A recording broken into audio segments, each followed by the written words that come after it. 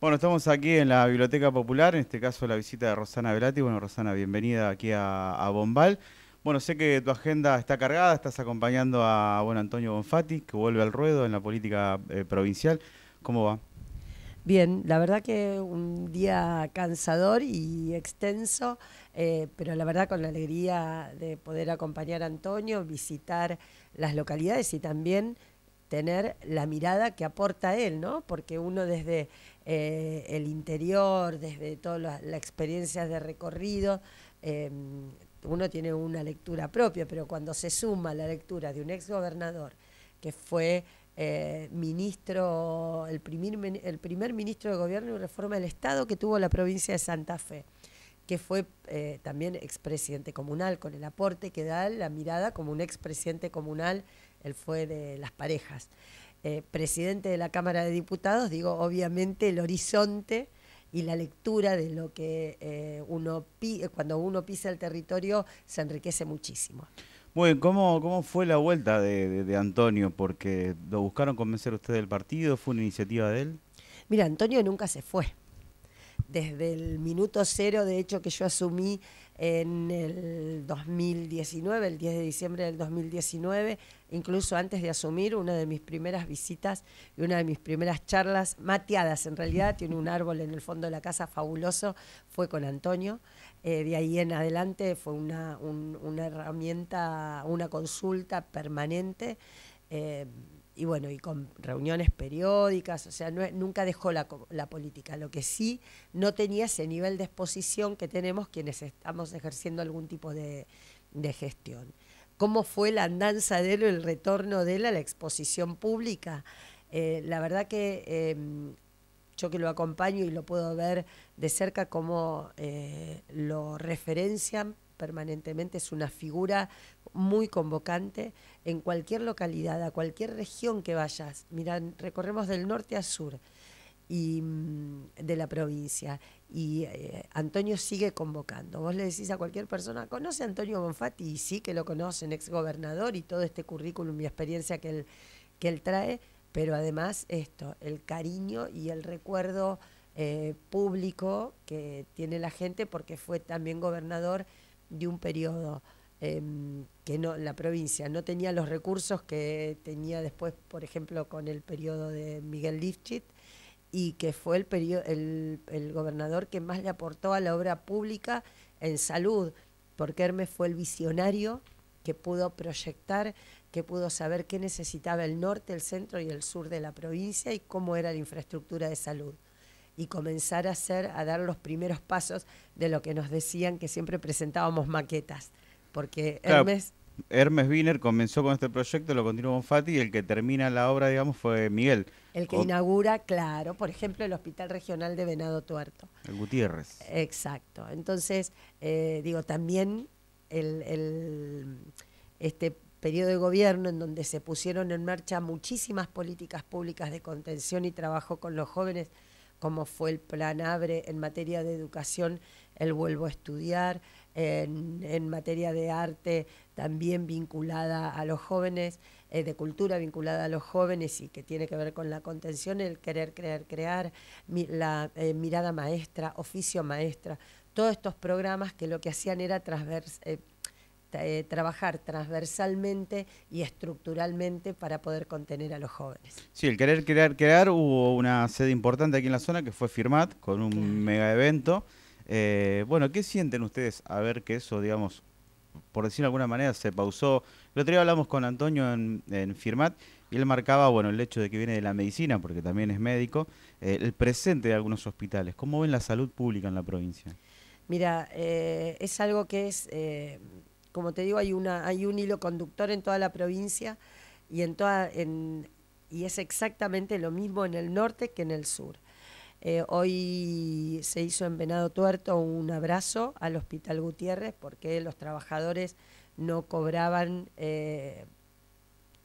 no cobran sus salarios, 43 trabajadores y trabajadoras desde hace 6 meses, algunos han cobrado una parte y otros le siguen debiendo 6 meses. O sea que imagínense cualquier persona que trabaje un año y cobre todavía a la mitad de año todavía no cobró. Y son trabajadores de la salud pública que hasta hace 1 año y medio, 2 años, el gobernador Perotti les pedía el aplauso. Y que la ministra de Salud, que hoy también forma parte de una lista a diputados, de la actual, Sí, de la sí. actual ministra de Salud de la provincia, pedía, forma parte de la lista de diputados y también pedía el aplauso. Y sin embargo, esta misma gestión, el gobernador decide no pagar los sueldos. Tenemos una salud pública que tiene los hospitales en estado, la verdad, calamitoso. Hay hospitales, las obras que se detuvieron, de hospitales como el de Rosario, que hoy están cerrados, que fueron vandalizados, el hospital de Rafaela, que se debería haber terminado, no solo no se terminó, sino que se comenzó a degradar toda la parte de la construcción que no se avanzó. El estado de la salud pública es preocupante, y si pensamos en los trabajadores del Estado, peor todavía, porque tienen una obra social, que es IAPOS, que no los atienden por IAPOS, pero además de todo no lo reciben en los hospitales porque son justamente pacientes que tienen la obra social IAPOS. Y así quedan 500.000 de personas sin poder acceder tampoco a la salud, siendo trabajadores, pagando y aportando a su obra social. Bueno, y también el tema de, bueno, lo que la gente generalmente reclama, ustedes lo verán cuando van recorriendo la provincia, es salud, la parte de hábitat, porque directamente creo que el tema de una vivienda hoy es importante, no solamente por el hecho de ser poseedor de una vivienda, sino que hoy los alquileres con esta inflación se hace muy difícil continuar esa marcha, continuar ese ritmo. Sí, una de las primeras cosas que hizo el gobernador Perotti ni bien asumió fue, eh, por un lado, parar un mes el Estado provincial. No sé si se acuerdan que se dio en enero un asueto. Yo en ese momento asumía como diputada, pero dejaba mi función y mi trabajo como coordinadora regional en materia de vivienda en la zona sur de la provincia, y estaba esperando que venga la persona a quien darle toda la documentación y los trámites que estaban en marcha. Cada trámite que estaba en marcha era una vivienda para una familia santafesina. Eso el gobierno de Omar Perotti lo dejó de lado, y lo primero que hizo fue suspender, por ejemplo, los créditos hipotecarios para construcción de una vivienda en terreno propio. ¿Y esto qué quiere decir? Que vos, que tenías tu terreno, hipotecaste con mucho esfuerzo ese terreno, porque la hipoteca tiene un costo, pagaste a un arquitecto para que te haga tu plano, la provincia te adjudica y te dice: vos en enero vas a cobrar la primera etapa para poder construir tu vivienda, y viene el gobierno entrante y le dice: no, ¿sabes qué? No te vamos a dar el cheque, pero no solamente no te vamos a dar el cheque para poder construir tu primera etapa. En esta experiencia, alrededor de 200 viviendas se hicieron en el departamento General López con esta modalidad. No solamente no te vamos a dar el anticipo, sino que tampoco te vamos a dar el crédito. Y a vos te queda la deuda con el arquitecto, los ahorros que vos invertiste en hacer la hipoteca, un terreno hipotecado que en muchos casos aún no fue levantada la hipoteca porque no le devolvió los papeles la provincia de Santa Fe a esos beneficiarios. Ese ejemplo es cómo se rompieron los sueños de un montón de santafesinos que tenían puesta todas sus esperanzas en acceder a la única herramienta crediticia que tenían para poder construir. Y en cambio de eso vino Billetera Santa Fe, que Billetera Santa Fe es un subsidio indiscriminado a la compra. ¿Indiscriminado en qué sentido? Que vos, que podés ganar, o la persona que puede ganar 500.000 pesos, accede de la misma manera al subsidio que la persona que no tiene ingresos estables y demostrables. Y con ese dinero se podrían haber construido 12.000 viviendas por año.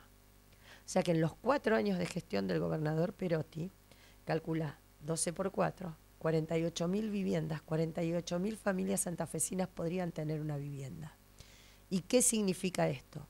Que además por cada vivienda hay 10 familias que trabajan alrededor de esa vivienda. Y porque vos tenés el gasista, el electricista, el albañil, el peón, o sea, el oficial, el peón, el que hace el techista, digo, una cantidad de personas que generan una ocupación de mano de obra y que además hay un movimiento económico. Entonces, vos fíjate lo que pasa alrededor con la falta de proyectos y de aplicación de programas habitacionales que tengan que ver con el hábitat. Dejas a familias sin viviendas, pero dejas a trabajadores sin trabajo. Esto sintetiza desde mi rompes punto la de cadena. vista, claro, desde mi punto de vista, lo que significó la falta de políticas en materia de hábitat y vivienda del gobernador Perón. Y ustedes cuando ven esta realidad, este presente, sabiendo bueno que Santa Fe es una de las provincias más productoras del país, ¿qué imagen se lleva, digamos? ¿Qué es lo que analizan? ¿Qué es lo que ven? No comprendí la Digamos, pregunta. Santa Fe es una de las provincias más productoras. Ah, Y bien, cuando ven ahora este sí. retroceso, como usted marcaba hace un rato, la salud pública, la parte de infraestructura, el tema habitacional, ¿qué análisis, qué balance se hace? Porque viene, como usted dijo, viene esto de Hermes Wiener con una proyección, la continuidad con Antonio, después, bueno, Miguel lo lleva a cabo en lo que es las obras que se han realizado, y ver este parate. Mira, qué convencimiento tengo, digo, por un lado, que gobernar no es fácil, que para gobernar desde un pueblo hasta una provincia hace falta preparar equipos.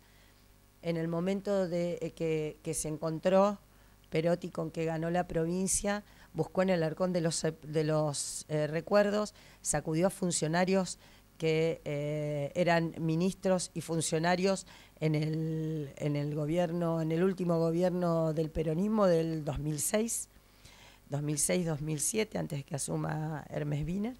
Fue el de Bey, ¿no? Obeid.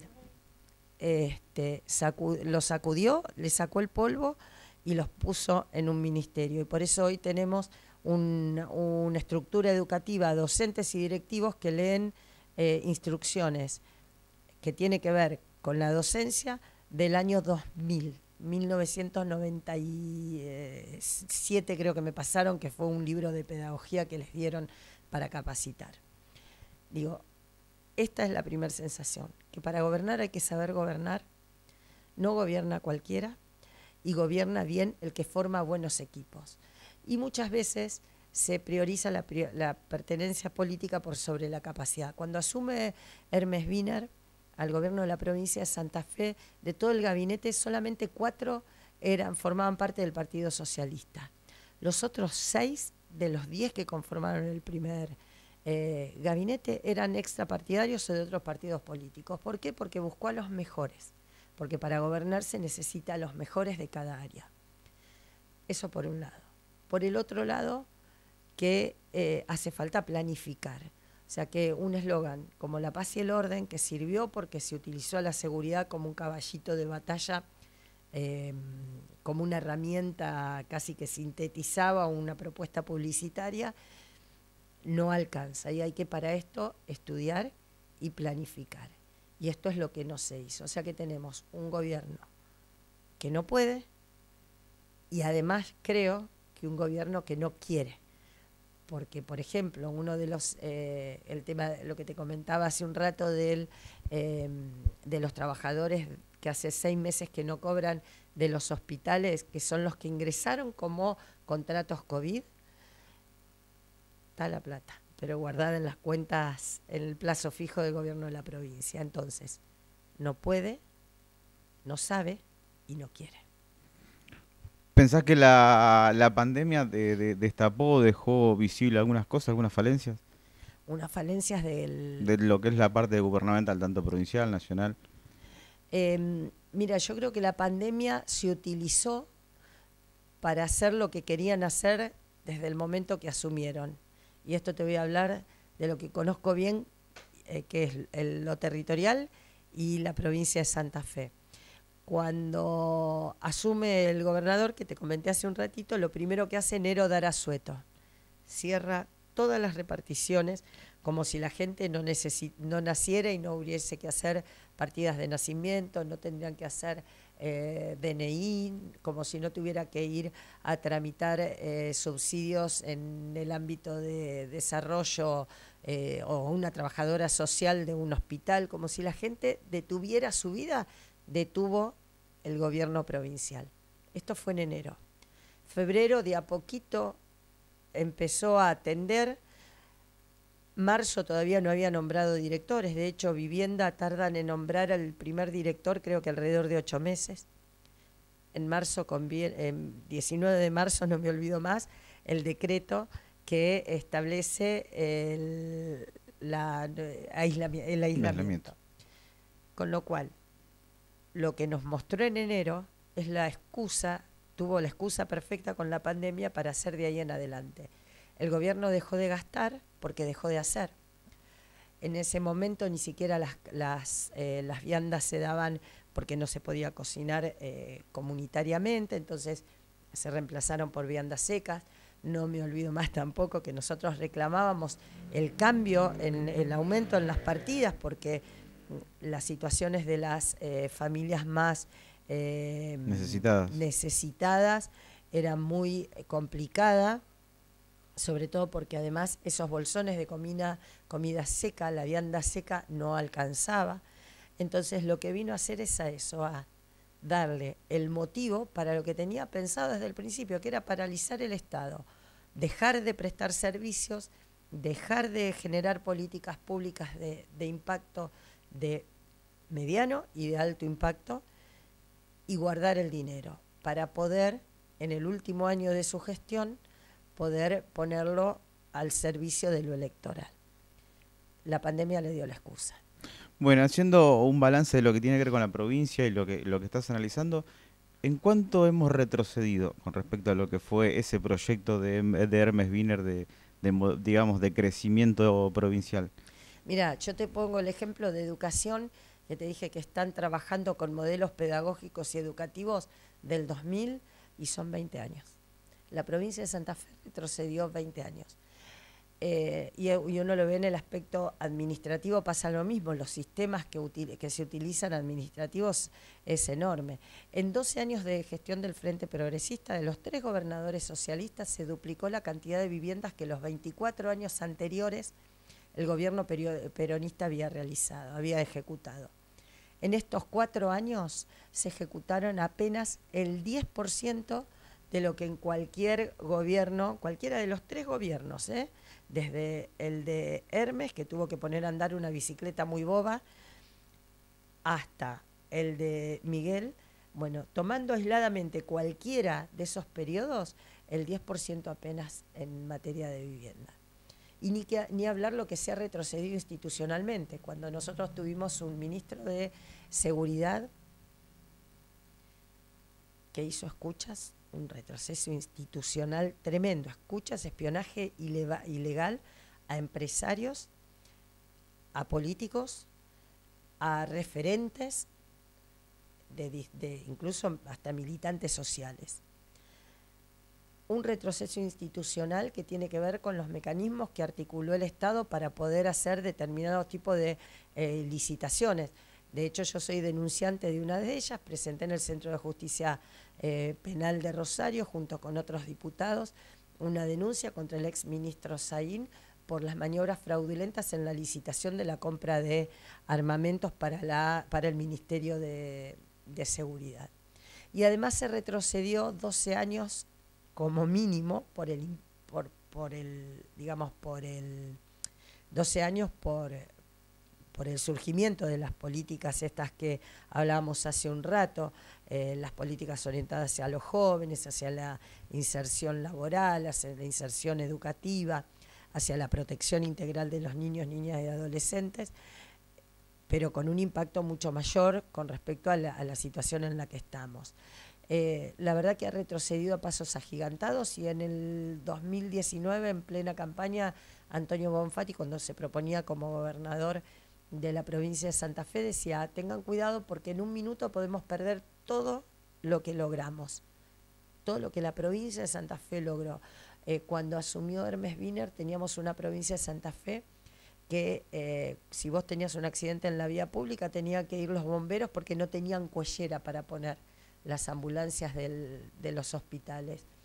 Cuando vos ibas al hospital tenías que llevar tu ropa interior con el algodón y los otros elementos descartables si vos te ibas a hacer alguna cirugía.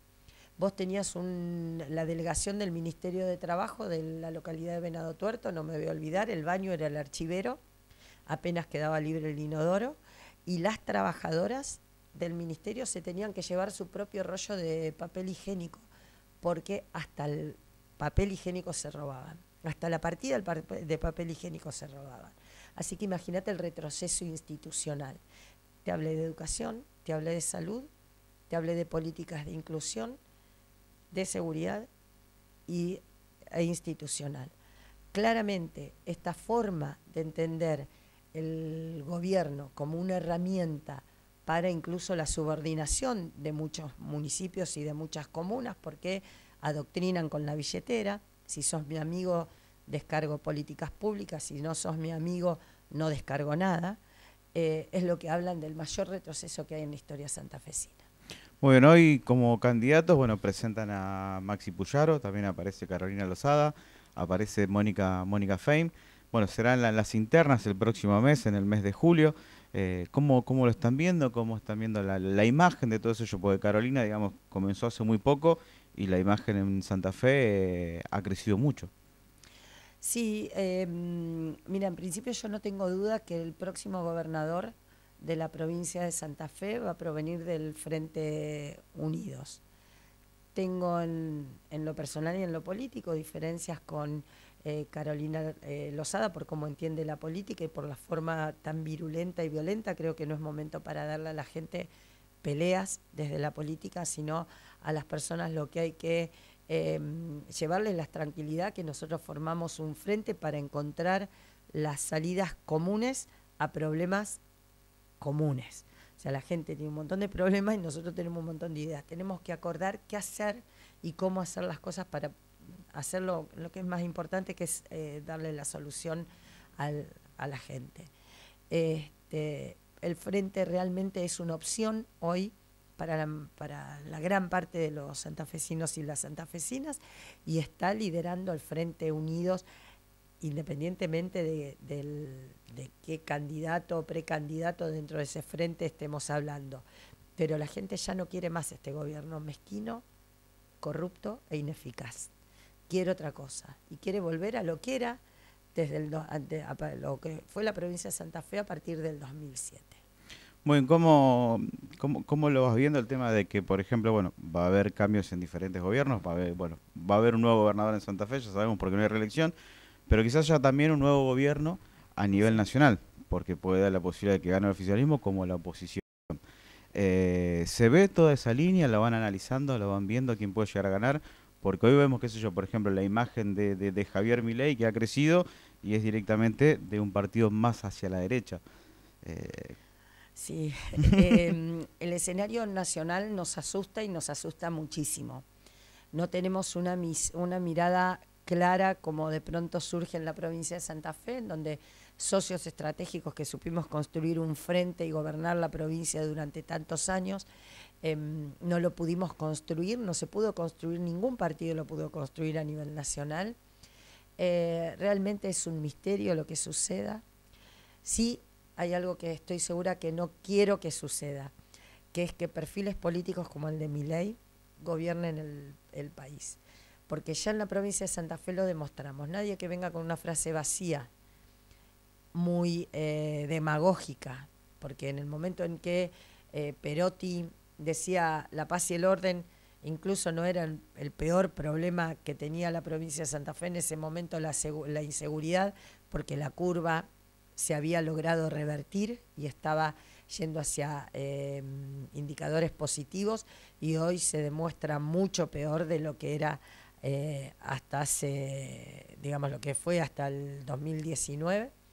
Entonces lo que sí me queda claro es que, y esto es responsabilidad de quienes hacemos política, que estas frases vacías son inconducentes.